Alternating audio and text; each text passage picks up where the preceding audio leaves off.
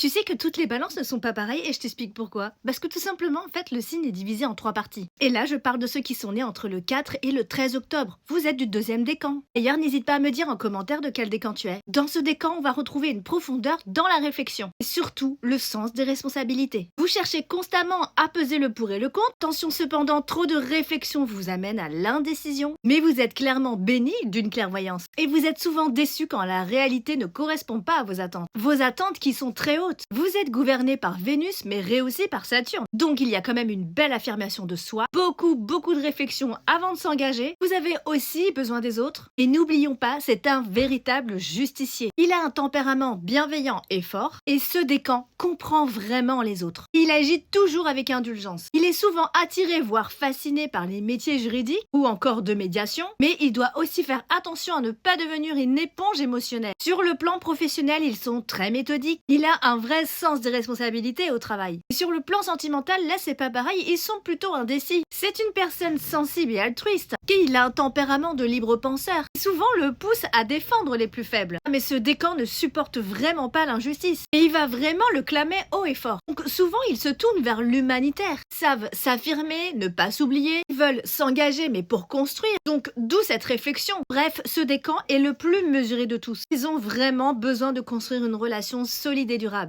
Ils ont un charme subtil, ils sont élégants, ils sont sensuels. Et c'est ça qui opère instantanément chez eux. C'est leur atout, c'est l'allure qui les caractérise en fait. Ils sont sociables, alors à souhait, ils créent des affinités, ils sont d'une fidélité exemplaire en amour. Alors même s'ils sont les plus raisonnables, il faut qu'ils apprennent à faire des choix plus rapides. Cette difficulté à prendre des décisions, ça les freine, que ce soit perso, professionnel ou sentimental. Alors c'est aussi parce qu'ils n'aiment pas trop le changement. Alors, et toi, t'es de quel décan de la balance ?